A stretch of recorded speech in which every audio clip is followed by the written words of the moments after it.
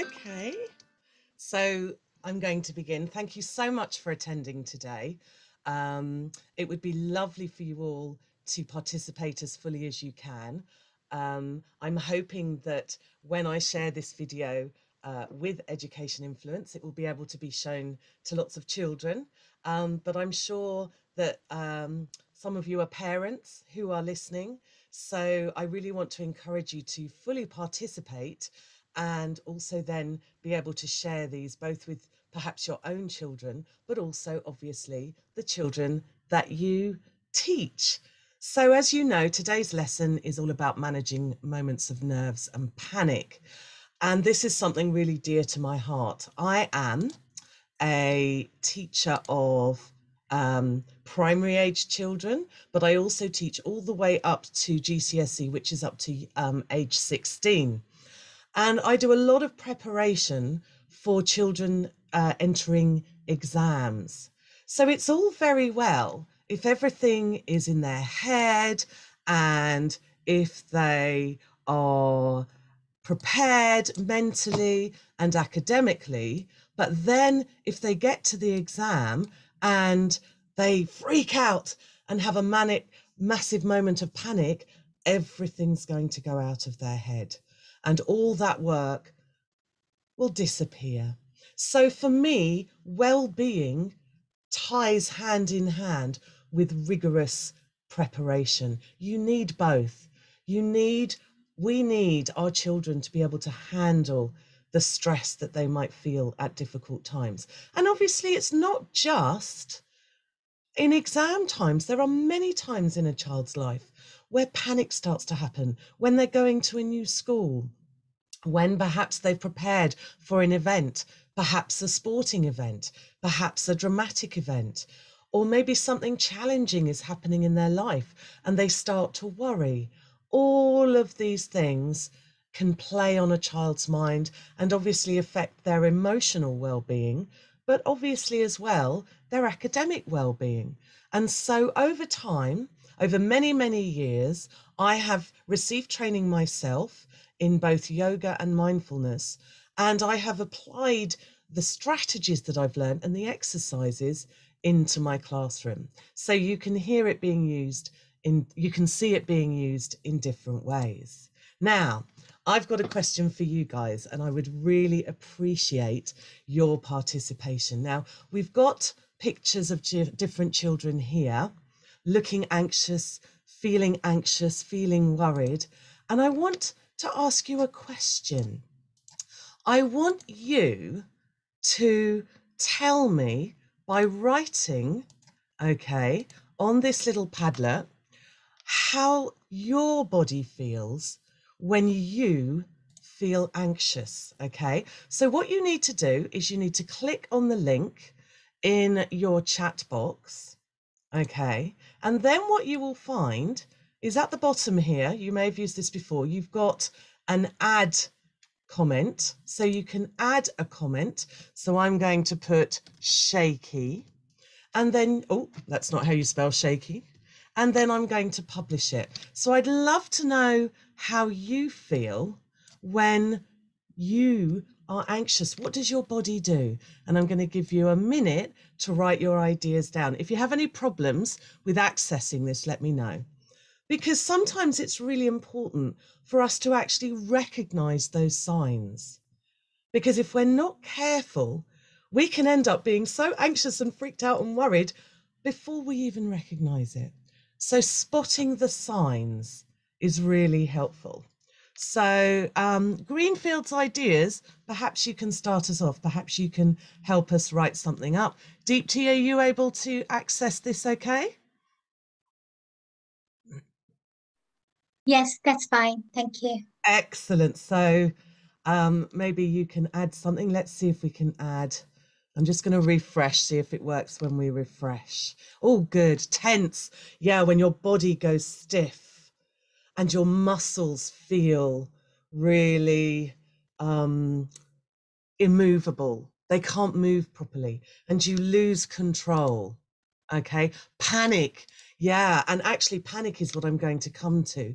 You feel uncertain, so it starts to affect you mentally as well as physically. Thank you. If you're struggling to add something in the Padlet, you can always add it in chat. But yeah, we've got a few ideas there. And the one thing I want you to realize is noticing when that feeling of anxiety comes on. That's really helpful, because when you actually notice it, that is when you can actually start to do something about it. Now, we're never going to get rid of anxiety. We're never going to get rid of nerves. They are natural. They are our body's response and our mind's response to a concern. And when we were thousands of years ago, when we were at the beginning of our development as human beings, that was obviously really helpful, because if we were in a cave with our fire and suddenly a huge beast came towards us, then obviously we needed those reactions. We needed to feel that sense of nerves and anxiety, because it called us to action. It got our muscles ready and the adrenaline racing around our bodies to take action. But obviously, that is not so useful today when we're trying to do an exam and we are not running away from a vicious monster and we're not running away from attack. We still get those same body reactions. Our body is still reacting in the way it did thousands of years ago. And I am not a medic. I'm not going to pretend to be. I am a pure teacher, educationalist. But what I do know about the brain is that it's all to do with the amygdala. So we sometimes call it that reptilian brain, that old part of our brain that once was much bigger and once was the part that ruled our fight or flight response. And this is the part of the brain, the amygdala, that actually comes into action when we feel nerves and panic. But unfortunately, what it does, which is useful if you're having to run away from attack or from danger, like a burning fire, but it's the same reaction even if you're just feeling a little bit nervous about an exam. And what it does is it focuses the brain on purely physical responses. It sends blood around your body, it increases your heart rate, so you've got a lot of oxygen going round so that your muscles are ready to run. But of course, what it also does is it shuts down other parts of the brain, the thinking part of the brain that actually reasons. And of course, if that happens in an exam and you're so pent up with anxiety and panic that you can't think, panic is going to rise even more. So what we have to do is we have to think about how we can control those nerves, not so that we can get rid of them. That's very unlikely to happen, but just so they're bubbling gently to give us enough response to feel ready, but that we remain calm and focused so that the rest of our brain can stay open to thinking. Now, as I said, I've borrowed from a lot of traditions. So you might recognize this mountain pose called Tadasana in Sanskrit, which is borrowed from yoga. So I absolutely have to pay homage to the many, many thousands of years of yoga practice. But we start with this because a mountain reminds us to stay still, to stay steady, to stay unwavering. So what I'd like you to do right now, if you want, I'd be more than happy for you to share your video, but obviously you don't have to. But if you want to share your video to show us that you're actually doing that, I'd love it. But please don't feel pressured into doing so.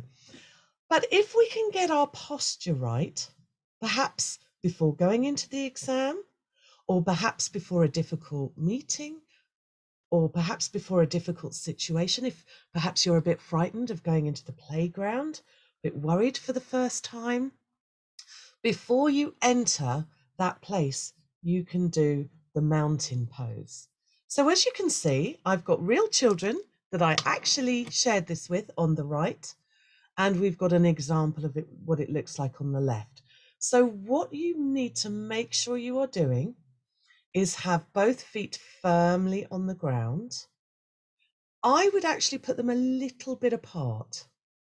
And then what I would do is just press your toes, every single toe, into the ground, and then feel every part of your foot pressed into the ground. Feel the ball of your foot, feel the heel of your foot, and make sure you feel completely rooted to the spot, a bit like a tree would be.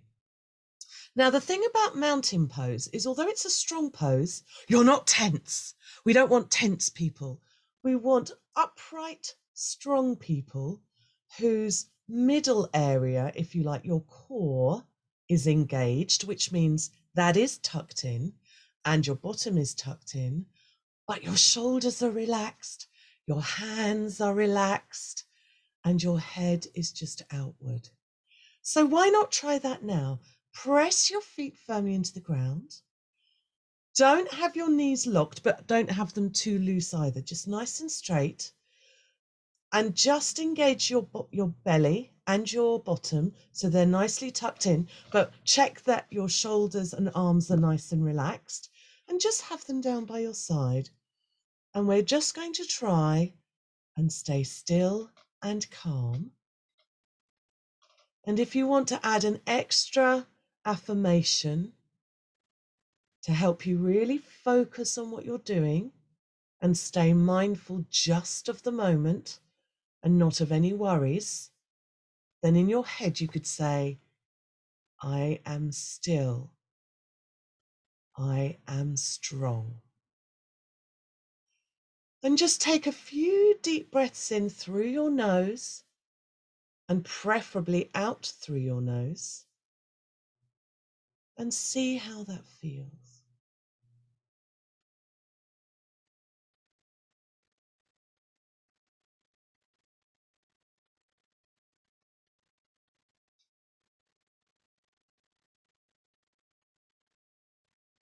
I am still, I am strong.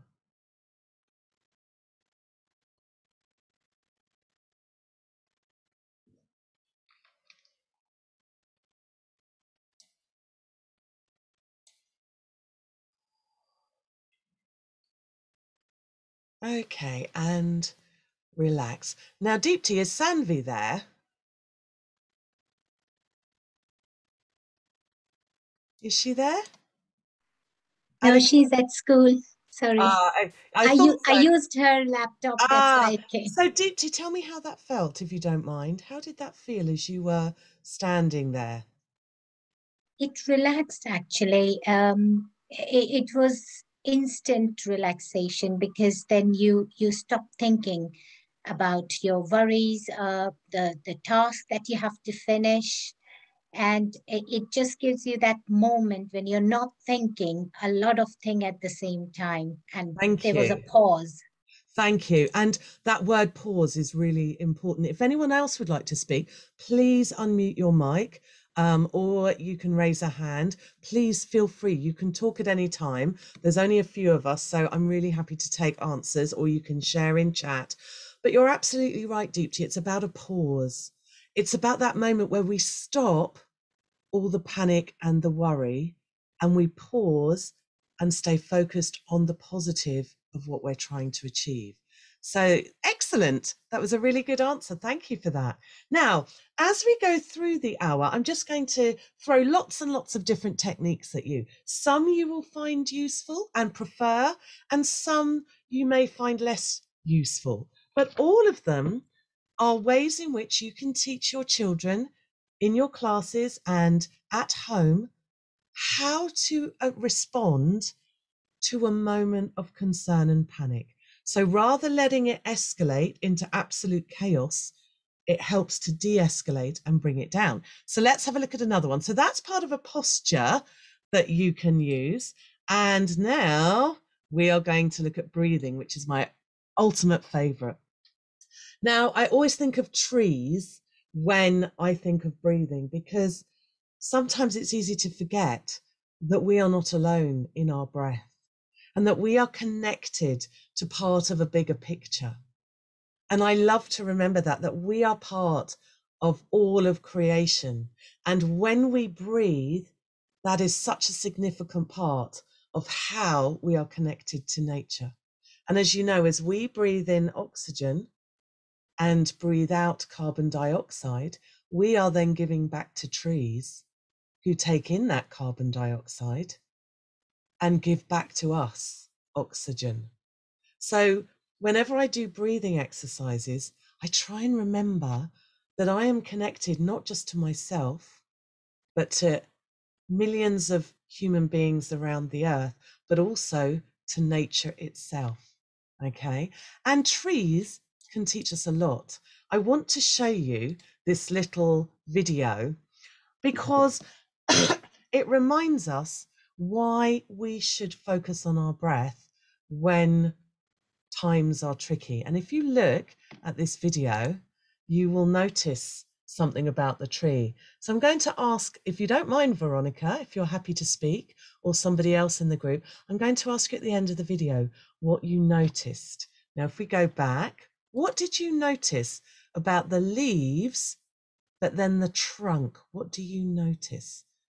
So Veronica, if you're happy to speak, you can speak now, or if anyone else would like to speak up. It would be lovely to hear from you. What do you notice? What do you notice about the trunk compared to the leaves? Alexandra, are you happy to speak? We've got some chat going on. Let me see in chat.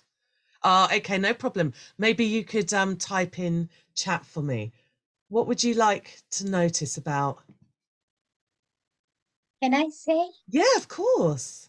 I think the trunk looked quite grounded and rooted, but the leaves were very shaky. Absolutely. And if you look at the picture as well, that's exactly the same. So the leaves represent everything that's going on in our head when we feel concerned, when we have all sorts of things shaking our foundation. Thank you, Veronica. Causing us to kind of move about in our head and get all concerned. But what the breath does is it keeps us grounded like the trunk. So when everything else is whirring around in our head, when we bring our focus to our breath, it begins to ground us and keeps us steady, a bit like the mountain pose as well. So I've got several activities. Oh, gone on too far. Let me just go back. That will come in a minute. Previous. I didn't mean to click that. So what I do with children a lot is sometimes just beginning with the breath is a bit difficult because it's a little bit abstract for them. So we look at focusing on the effects of the breath. I love using feathers. This one's a little bit rigid actually, so I'd actually have to work quite hard with this one. I'd actually have to blow it quite hard, which is fine, but you can get some beautiful tiny little feathers with tiny little filaments that can be observed with just the slightest of breath. I use leaves, and then I even use tissue. So this is what I'm going to use today. I'm happy for you to go off and find some tissue, or you can even use bits of paper. Something quite delicate is helpful. And what I get the children to do is we take a lovely deep breath in through our nose, and it's a much more powerful breath if it goes through our nose. And then I breathe out, and you can either breathe out through a tiny hole in your mouth or through the nose. But instead of trying to worry about where they feel the breath at first, to get them trained into just observing one small point, I actually get them just to observe how the tissue works as they breathe, like this. And I go quite close.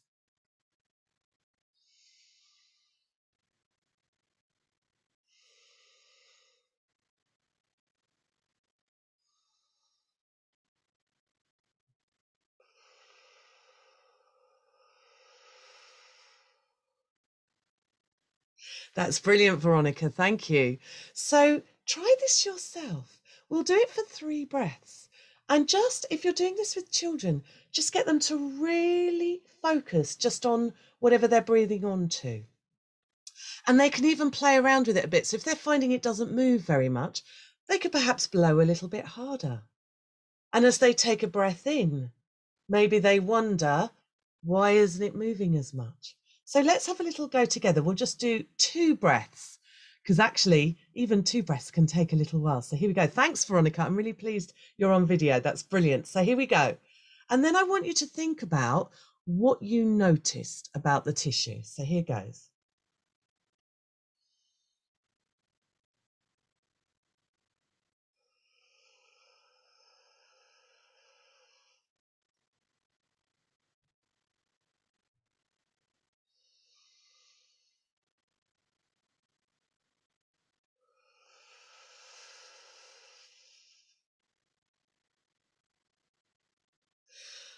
Okay, just think about anything that happened, anything you notice. It doesn't have to be revelationary. It really doesn't have to be about how you're feeling.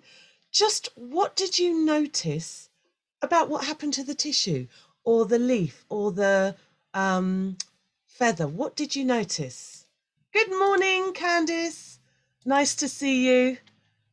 We're just doing a quick breathing exercise, and I've got people sharing their observations of what happened.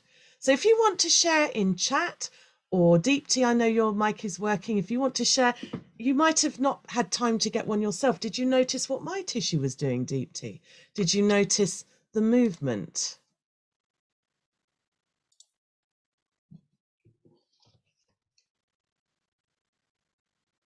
Maybe Greenfields, you might want to add a note in chat. What I noticed, and thank you, Veronica, yes, it's moving. And what I noticed is when I had a very strong breath, it moved horizontal.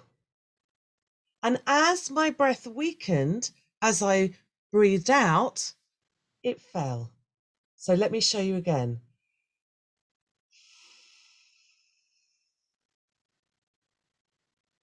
So it was a very strong lifting at first, but as my breath weakened, it slowly fell. Thank you.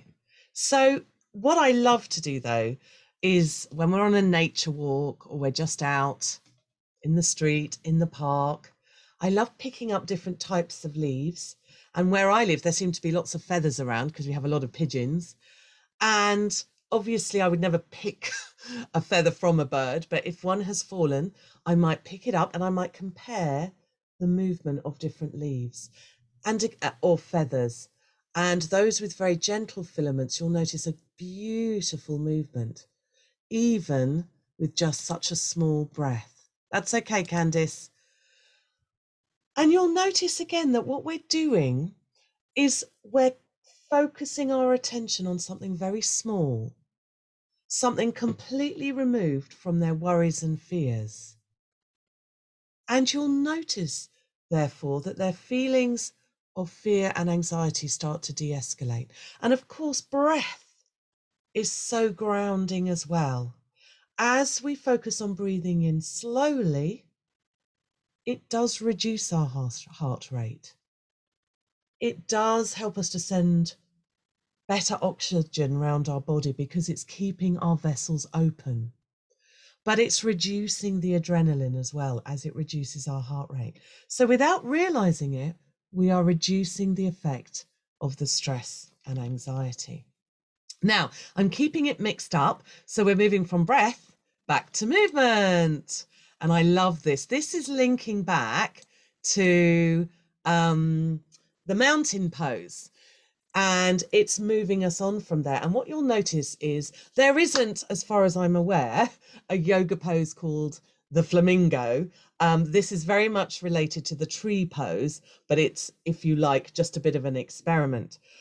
But what you'll notice is that flamingos love to stand on one leg. And they are excellent at it. They are immovable. And they can even sleep with one leg on one leg, which is amazing. I love learning about how to be strong and calm from animals. But what you'll notice from this lovely little video of a baby flamingo is it does take a bit of practice. So here is our lovely flamingo. Having a few issues. And you'll notice they're having to be quite careful to balance on that foot. So I'd like us to have a go if you don't mind. I would like us to really focus on what happens when we start to balance on one leg. Now I'm also going to try and do this. So I'm going to move my chair out of the way and just move back a little bit. So I'm afraid you'll only see my body, my big yellow t-shirt. But what I want you to do is get yourself in mountain pose again and standing very straight. I'm just going to check. And if you want to show me you're doing it, feel free. And I'm just straightening my legs, but I'm not locking them. And I'm engaging my torso and staying strong. And all I'm going to do, it's the opposite for you, so it's mirroring. I am now transferring all my weight onto my left foot, and I've only slowly lifted my right foot. It's not even off the ground yet. And I'm noticing how much weight and tension I am having to put on that left leg. And I'm a little bit wobbly.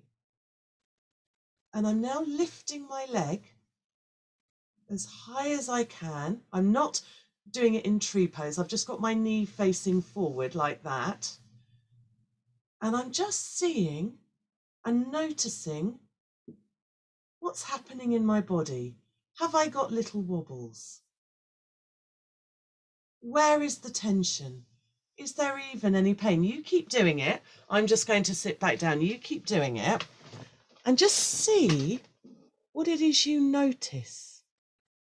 Where is the wobbling? Where is the movement? Is there any pain? Is there any tension? Do you need to lower your leg a little bit? And if you have to put your foot back down, are you able to lift it back up again?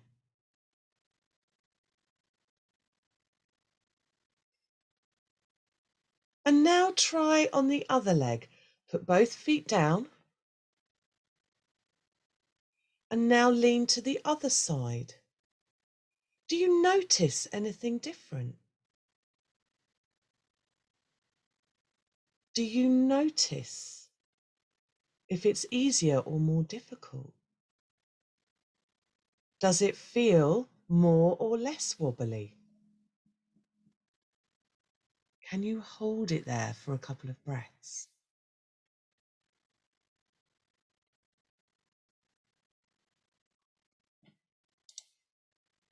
So Veronica's noticed on one side it's more difficult than another.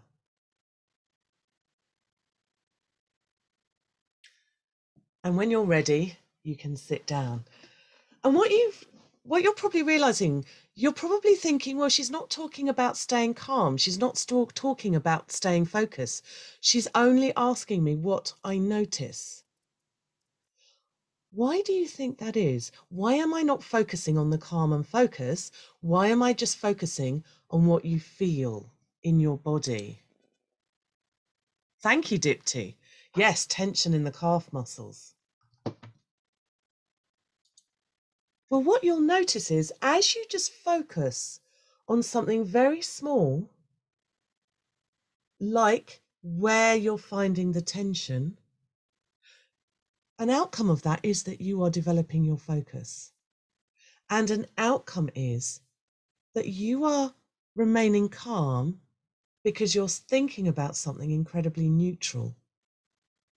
See, if I just said to you, stay calm, think of calm, think of calm, it's not necessarily that useful. So the idea is when you're doing these exercises with your children, because they are having to be so present and mindful of such a small part of their body and such a small movement, it already is developing their calm and focus. And you can do this. They don't have to be nervous when you do this. In fact, what I'd say is any of these exercises, I would make part of your regular routine. Maybe before they go out in the morning to school, although that can be a bit of a rush, I know. But maybe you just stand before you leave the house and do 2 breaths of mountain pose. Or at night before they go to bed, they do a little bit of tissue breath, as I call it, just to lower their heart rate. So that when they do get into a position of anxiety, they're already prepared. Their body knows what to do.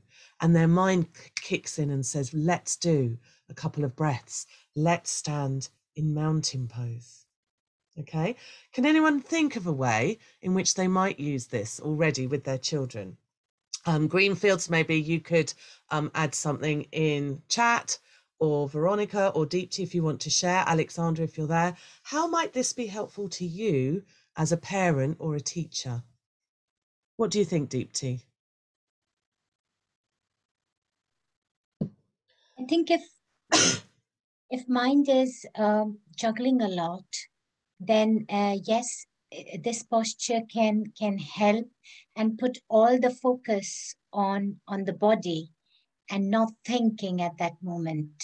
Thank So the you. focus would be on the balance rather than thinking lots of things at the same time. Yeah. But of course, because mind and body are connected, one will have an effect on the other. So that's brilliant. Thank you so much. Right, let's move on and let's see what Veronica's.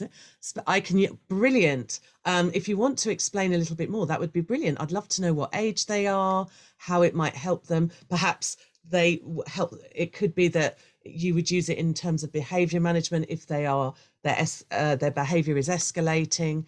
Perhaps that's how you'd use it. But yeah, if you want to add a bit more, that I'd love to know more. Nervous, absolutely. And you see, the more we say to them, calm down, calm down, calm down, the less they'll be able to do it. Whereas I suppose you could argue it's a bit like a distraction, although I'm not sure I like that word because it implies that a distraction is just not having an effect and it's almost like a sticking plaster. Whereas this is still helping them to stay focused, but just in a different way. So let's move on. If I can. Now back to the breath. So you'll notice I go from movement to breath. We're also going to do a little bit of visualization as well.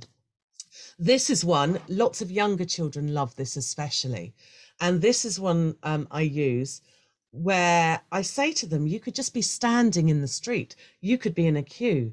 If you're perhaps going to see the doctor and you're a bit worried about what they might do. I mean, let's face it, even adults recently, I know lots of adults who've had their vaccination for COVID who absolutely hate needles.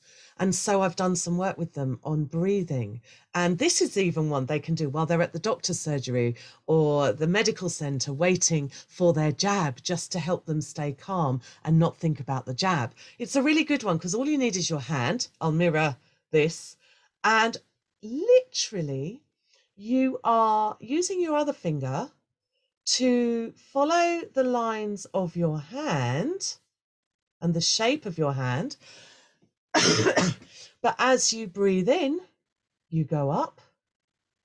And as you breathe out, you go down. But you've got to be careful because what could happen is if you're not careful, breathing in is quicker than breathing out. So if you're not careful, you could breathe in quickly and then do the same rhythm breathing out. And before you know it, you're having to breathe out really quickly because your finger's at the bottom. So it's a really good mind breathing body connection to work out how fast and how slow your finger has to move so it's in time with your breath. So let's have a little go. I prefer, as I say, I recommend you breathing in through your nose and also breathing out through your nose, but you can breathe out through a small hole in your mouth like this. Breathe in. Now I've managed to reach the top and breathe in at the same rhythm, but breathing out, my finger must move slower because it takes a lot longer to breathe out.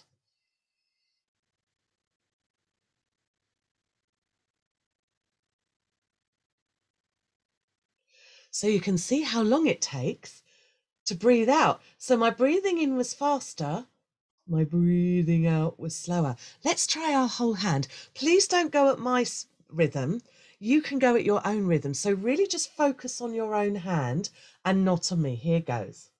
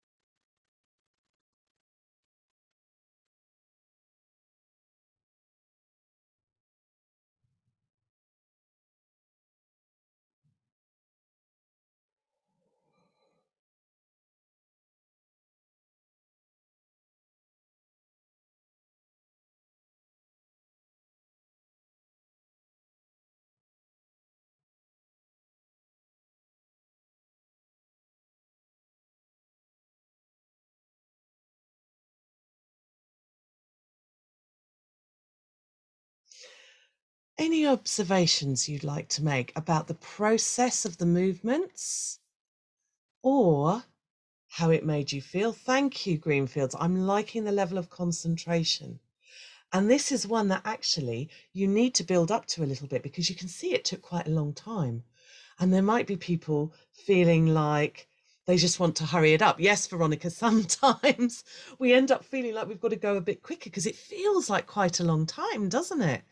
So it might be at first you have to train yourself and your children up to maybe just do one finger and then try two fingers, because actually it took quite a long time.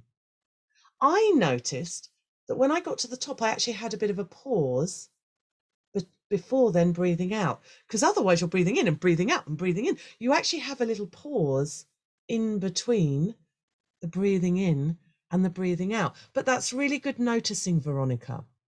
And you can start to notice things about the process that you're taking when you're doing this activity, and you can slow it up and speed it down. No, other way around, speed up and slow down. I noticed that definitely I was going a bit fast with my finger when I was going down. And I needed to really slow down my finger. But this is a lovely one, because the children can just be sitting there or standing there, and nobody needs to be noticing that they're just following their fingers round. You could even just get them to tap their fingers as they breathe in and out.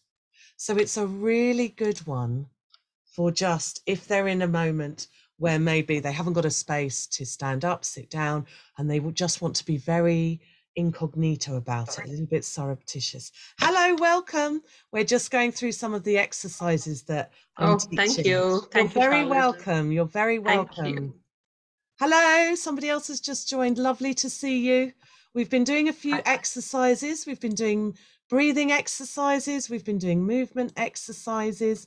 And I'll just move on, but please do share. You can see we've got the chat going. We've got lots of things going on. Right, next one. Okay, again, one of my favorite. Now, it's not the lotus position that we know in yoga, but it's actually a movement position based on yoga, okay, and based on yoga movements. So if you are very familiar and you teach yoga to your children, you may even want to call this something else, like the flower blossoming. But what I love about the lotus is the movement of the flower. I'm just going to turn the volume down. And even just watching this video is a lovely observation, okay? But what I love showing them is that the movement is open-hearted. We talk about how it mirrors how we want to have an open heart and an open mind, okay? And I actually do this movement whenever I go into my classroom or even the office that I use here, because obviously I teach online and in person. And when I want to create a feeling of calm and focus and open-heartedness in the room, I do a particular movement. So again, I'm going to have to get up and show you. So you'll see mainly my belly, I'm afraid.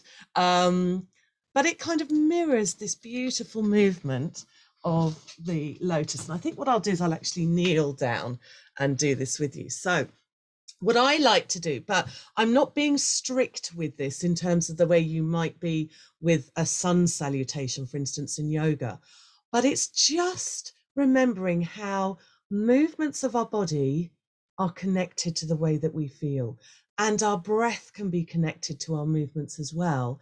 And it's again to give children a chance to focus on something other than their worries and their concerns. And it gets the breath moving, it gets the body moving, and it gets the mind focused on a movement. So the way I like to do it, but you can do it in many different ways, is I like to do it like this, where we start in the prayer, we move up, and we open ourselves up like a lotus flower. And we keep it nice and slow. And then we bring our hands down to the bottom and bring our hands together at the bottom. And my hands are like this at the bottom. Okay, so they can do it with their eyes open or they can do it with their eyes closed. Oops, we're going on to something else in a minute. So let me just move us back. There we go. And what I do is we breathe in to go up. We hold as we open. And as we come down, we breathe out. And then we do it like as a little movement like that. So let's try 3 of those together with the breath mimicking the movement. So here we go. Hopefully you're beginning in mountain pose, and you can see again why everything starts in Tadasana, in mountain pose, to get that strength going. And we talked about that earlier. So here goes. Breathe in.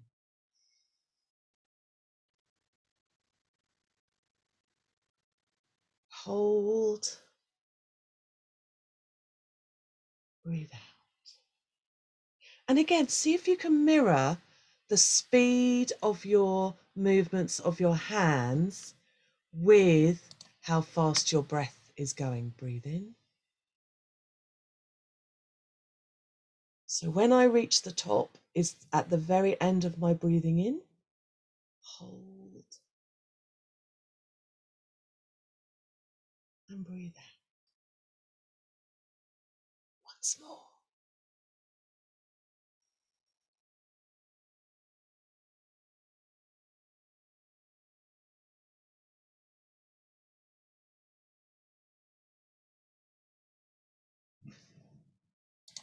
Would anyone like to focus, like to share what they're thinking? Thank you, Greenfields.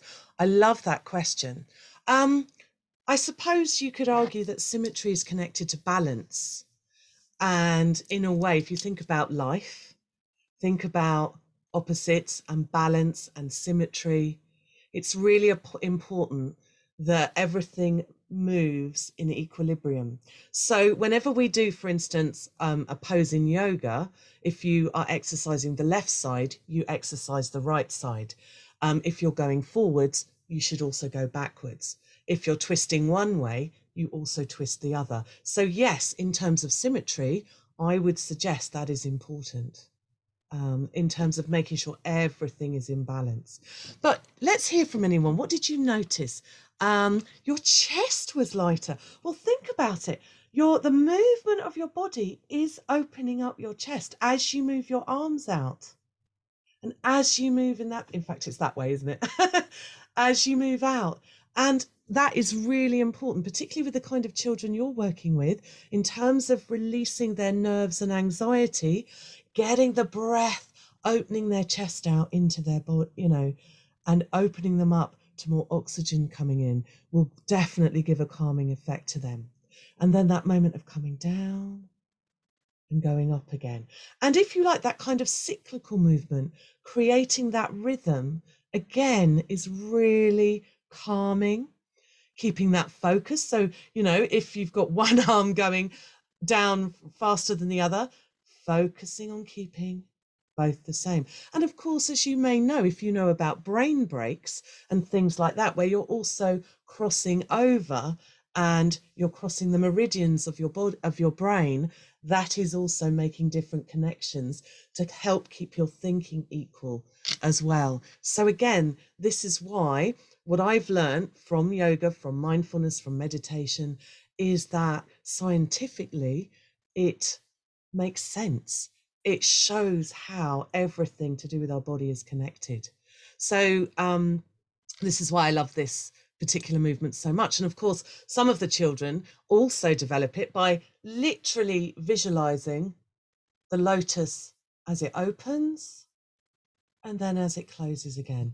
And I love showing them this video. This is just from YouTube, and I typed it in, and there's lovely music to go with. So there's no reason why you couldn't even do it to the music, although I think these go a little bit faster.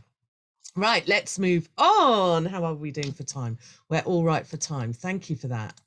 Now this one, there's lots of apps. This is from the Calm app.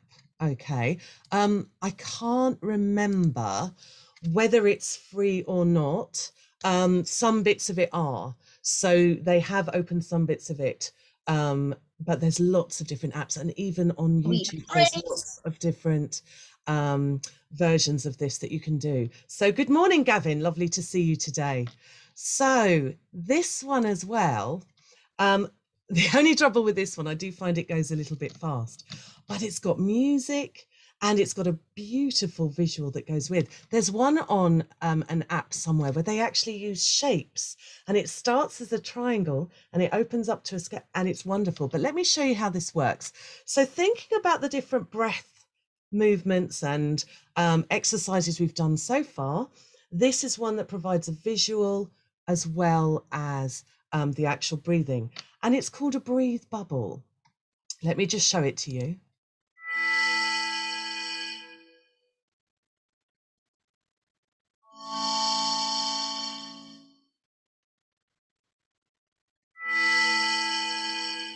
Now, my only issue with this is there's not much of a pause at the breathing out before you actually get to breathe in again. So you might need to even pause it. But the idea is that you think of a bubble expanding like your lungs as it opens. And then as you breathe out, it contracts. Now, I think on some of the settings, on some of the apps, you can time it to suit your breathing. So another thing you could do is, if you don't want to actually follow this particular visual, again, you just use your hands. Think about the movement we did with the lotus. Just use your hands to open up. Breathe in,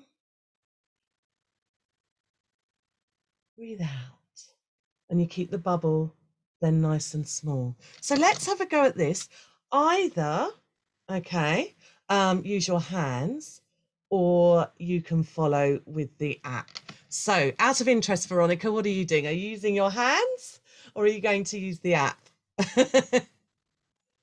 You can use, yay! All right then, so let's have a go. You can try, but remember what I'll do is I'll turn the sound off because it might distract you, but just remember you're going at your own breath. So if you don't want to use the visual on the computer, just focus on your own hands. All right, here we go. I'll wait, breathe in.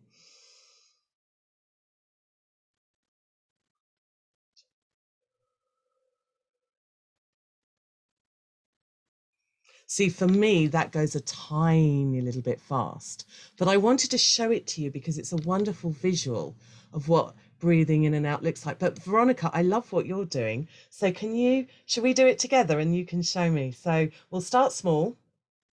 And do you notice that you actually need a pause? You need a pause before you breathe out. Yeah, here we go. Does anyone else want to show as well? If you want to come onto video, please do. Here we go. Breathe in.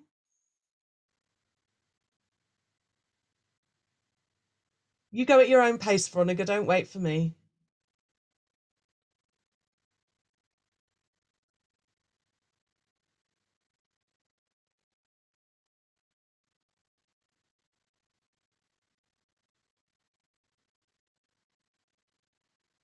And again, it's giving your children a visual so that they can relate it to something. Because do you remember what I said at the beginning? Thank you so much, Veronica. Is there anything, do in chat, let me know if there's anything that you noticed about that. But if you remember, I said to you, if you just say to a child, focus on breath, they're going to go, and they're not going to kind of get the control that they need. Okay. But if you give them a visual or a movement to go with that mirrors what they are doing, then it helps them to keep the mind and body connected. What I also love to do with this, and it starts to move into the abstract, is get them to actually put their hands on their belly, and as they breathe in, they feel the expansion of their chest. And if you want, they can even try and push it out without getting tense. So if I just show you like this, breathe in, breathe out. And you see they're starting to then get the connection again between what is happening up here with their breathing and what is actually happening physically in their body. So give it a go this time. Imagine the breath bubble, but imagine it's your 2 lungs in your body. Some people prefer to do it up here, but of course that's a little bit of a misnomer because our lungs aren't actually up here. Our lungs are more down here. So again, it's helping the children really notice and understand what is happening in their body so that they notice signs of change when they're feeling anxious. So let's try it here. Just breathe in and breathe out.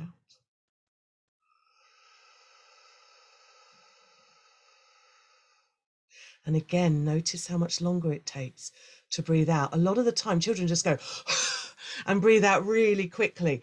But that's why I really suggest if they do want to breathe out through their mouth, they just make a tiny little hole like this. Sorry, that's breathing.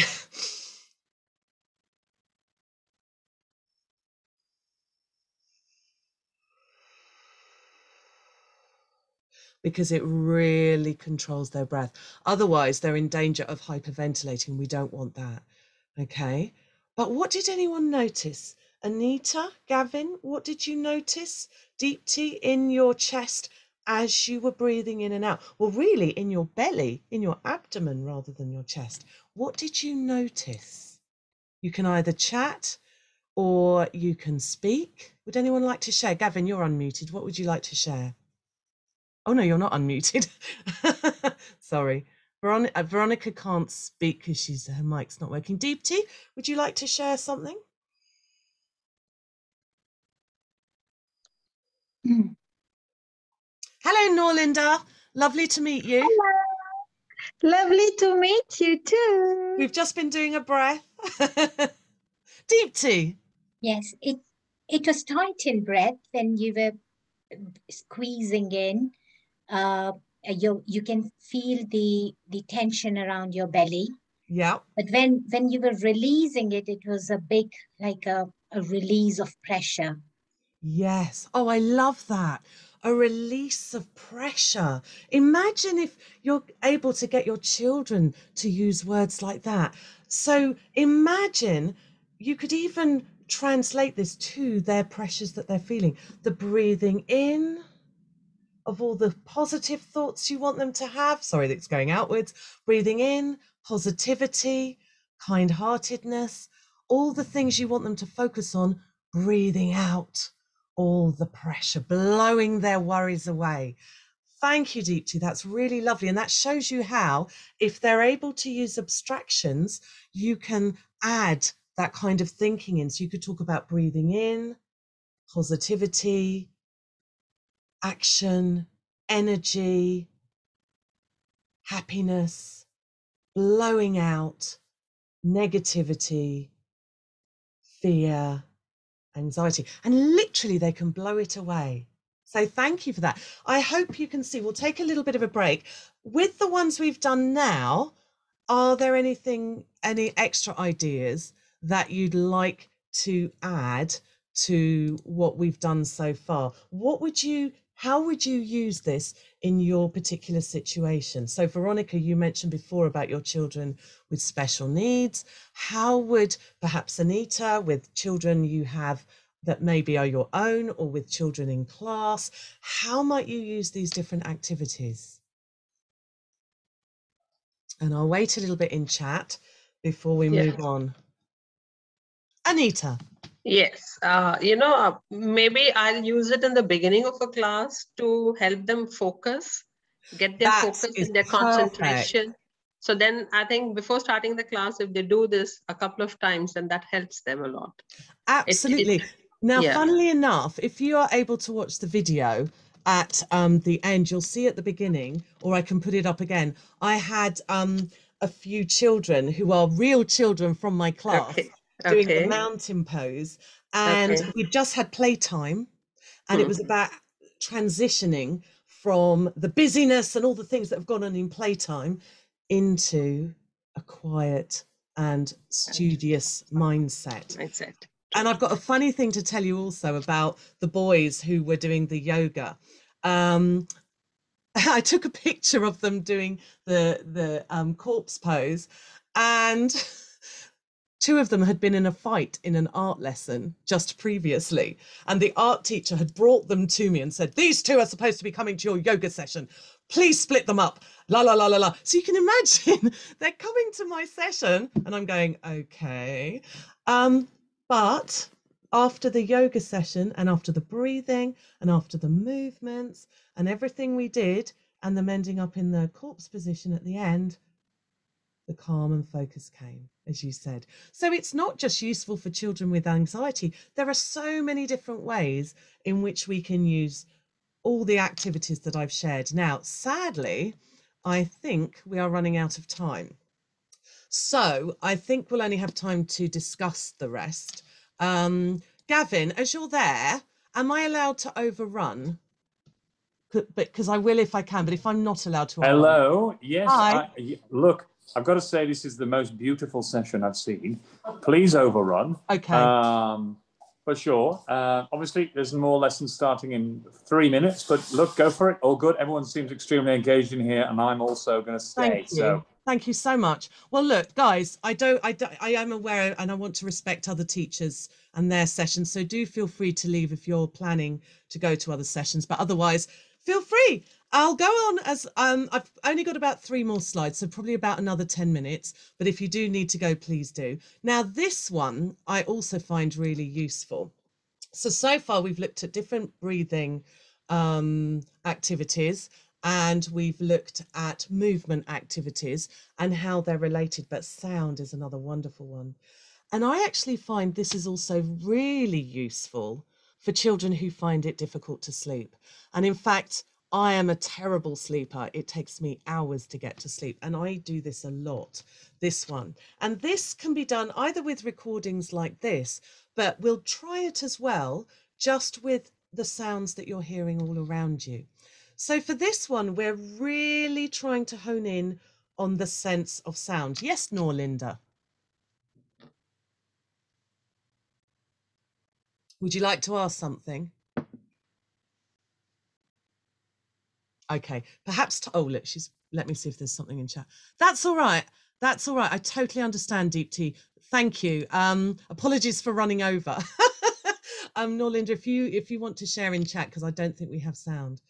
So this one is brilliant. I use this in school. I use this at home. I use this in the playground, because sound is all around us.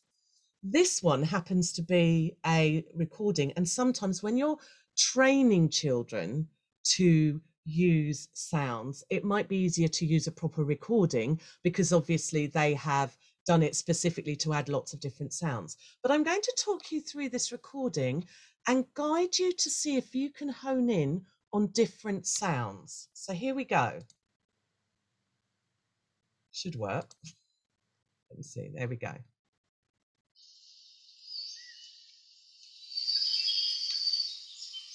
So at present, oh, before I forget, I do actually want us to get prepared. So before I forget, normally what I do say is children need to be in a particular position, a position of active listening. So the best one I find is if they put their hands on their laps and then they put both feet on the floor. Now, some children might be sat cross-legged. Unless they're lying in bed trying to sleep, I suggest they're not lying down. I suggest they are standing or sitting in an active position. And best of all is to close their eyes, because then you're limiting the sense of sight and exaggerating the sense of hearing.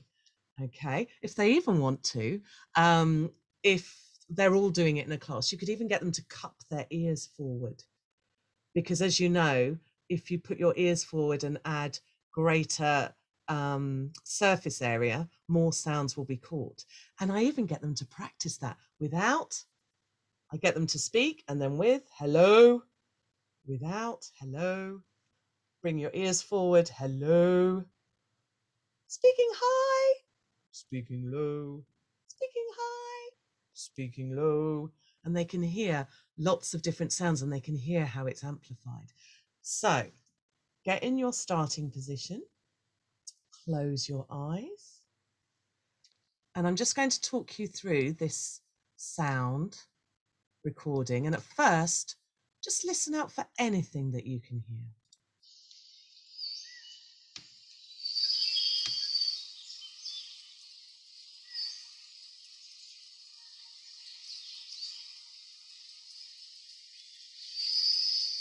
Are you honing in more on the sound of the water, or the birds, or something else?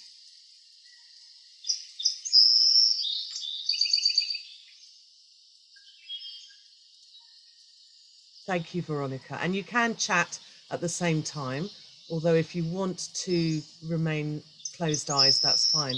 Calls of the birds. Thank you, Greenfield. Thank you, Syra.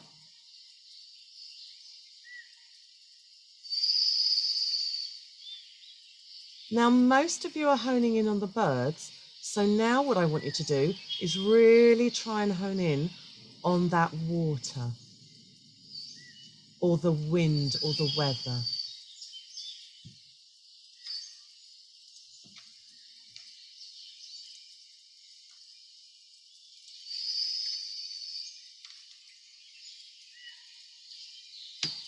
Try and train your ears just to listen to that weather or the water.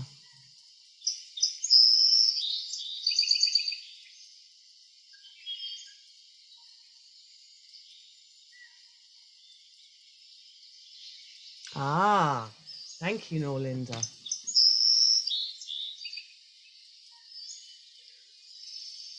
And now try and listen out for the quietest sound you can hear, or any incidental sounds that only appear once or twice.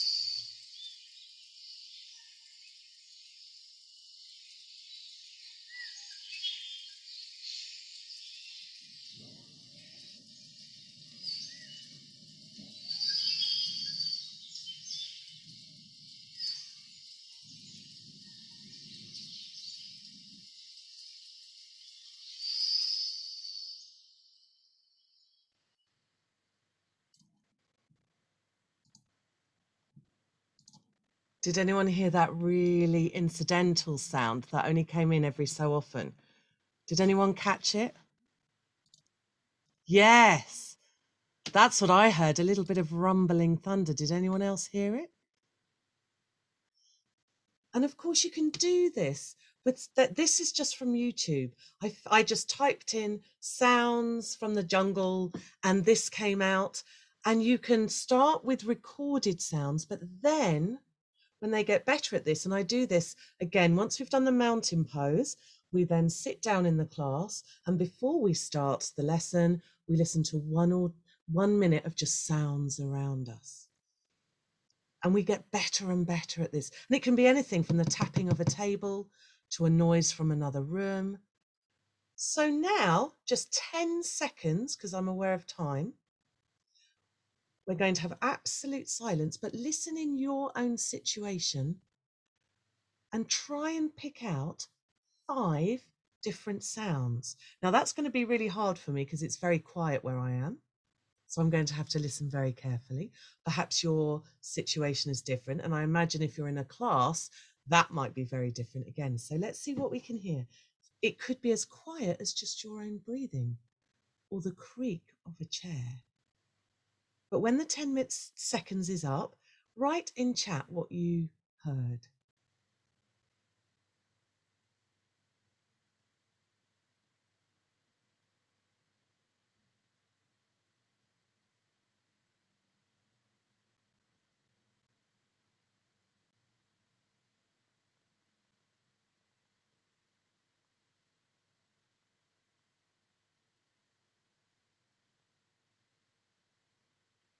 Okay, I'm going to write in chat too.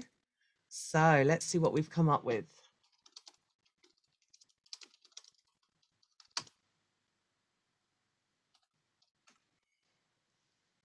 Oops.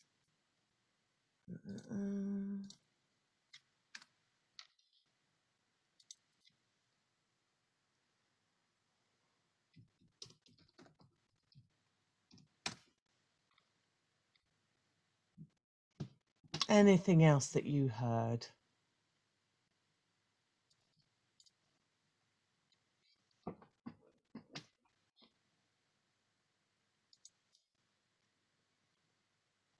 What did you hear, Greenfields?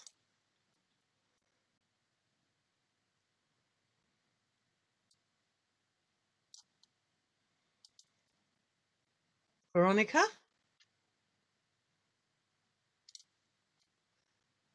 It's weird, but I didn't think I'd hear the whirring of my computer. But it's amazing how when you really have to focus in, the Ryder Cup, cars, clicking. I love it. I wonder what was clicking. No, Linda, what was clicking? Was it the computer keyboard? Was it a pen? Was it a door? Oh, people chat. Speak, my love, sorry. Just the clicking sound, like I heard clicking. Is Really? it my imagination? I don't know. Wow, I wonder where that was coming from. How exciting. But it shows you, doesn't it, when we really have to focus in on something, that it's amazing what we hear. This wearing of my computer has been going on and on and on and on, but I didn't even realize until I actually stopped. And this again is where you're giving your children something really neutral, non-threatening to focus on that isn't their immediate worry. And again, by really stopping and listening, you are heightening their sense of hearing, but you're also helping to reduce their heart rate and increase their breathing.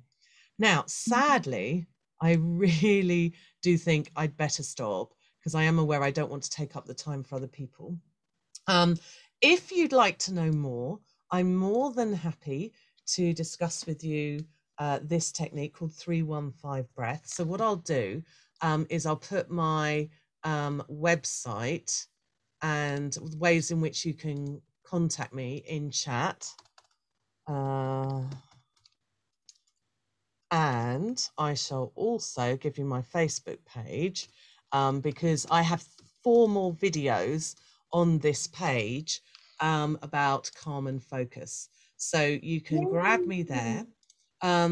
Sadly as well, we didn't have time to talk about visualization, but this cloud visualization I have actually done on one of my videos on Wonderlearn Tuition. So do have a good look at that. And I talk through that cloud. But one tiny thing I'd like you to do, if you don't mind, and I know not all of you came to everything, but here's a little snippet of the things we did. And as I say, you can access the cloud visualization from Wonderlearn Tuition's website. It's one of the Calm and Focus, not the website, the Facebook page. It's one of the videos on Calm and Focus. But what I would like to ask you to do, if you don't mind, is just to fill in this answer garden, and I shall put the link in chat for you. And it's just a question. That's all right, Norlinda. Hopefully the video will become available, but also, as I said, I've done 4 on Wonderlearn Tuition Facebook site, so you can check out more of those. But if you click on this link now to Answer Garden and type your answer in here and click submit, you should be able to show me something that you really enjoyed. So I'm going to start. My favorite is the breath bubble. So there's mine, and you'll see it appear. So hopefully if you're able to do that as well. Greenfields, are you able to do that, Veronica? Does it work for you? I hope so. Let's see what else you come up with. Anita, maybe it works for you. This is the first time I've tried it, so I'm hoping it does. What I might do is I might click. Ah, there we go. Breath, breath, breath. Yay. Thank you so much. So you can see when we tell children to, breathe, and people tell us to breathe. I mean, let's face it, for those of you who've had children what's one of the most important things that we learn about? It's about breathing and controlling our breath. I also love, to be honest, the breath technique with the hands. Thank you, Veronica. Yeah, lots of people like that one too. It seems to capture their imagination because of the simplicity of it. So I'm just going to give you, I'm actually going to stop the PowerPoint now. I'm going to stop sharing just to see if there are any questions or any comments you want to make before we stop. I'm supposed to take a photo, but I don't, unless you want a photo taken, I don't think I will. I'm supposed to take a photo with your faces. Now, I know Greenfields can't show their face, but if you are happy for me to take a photo of you, if you could unmute your video and just smile. But I understand if you're not, that's absolutely fine. Let's just take, there we are. I'll take it like that. If you want, are you happy with your names being shown, Anita and Noor? You're okay with that? Oh, that's fine, Noor. I understand. So yeah, okay, I'm okay. You can take my name. I'm okay. I'm in PJ. Sorry. Okay, no worries. What time is it where you are? I'm 8:10 p.m. I'm a frumpy old lady. It's bedtime. Oh, bless Sorry. you. Where are you? I'm in Sydney. Oh, wow. Thank you for staying up. So do we have any questions or comments we want to make? Anyone want to ask anything or say anything before we end? I wish I'd done earlier. I really wish. No worries. Honestly, as I say, I have recorded this, so hopefully the recording will be available. And as I say, there's 4 videos on my Facebook page. I know it's not about, I wasn't going to mention my own business because I'm here for everybody else today, but as it came up, if you do want to access more, you can there. Thank you so much. Thank you so much. Thank you so much. And Veronica, thank you for participating so fully and being allowed to, and allowing us to see you practice. That was wonderful. I really appreciate you coming as well, Anita. And thank you, Greenfields, for all your comments. I will let you go now. Bye. Bye. Bye-bye. Good Bye. night. Thank you. Thank you. Thank you. Bye-bye. Thank you so Good much. night.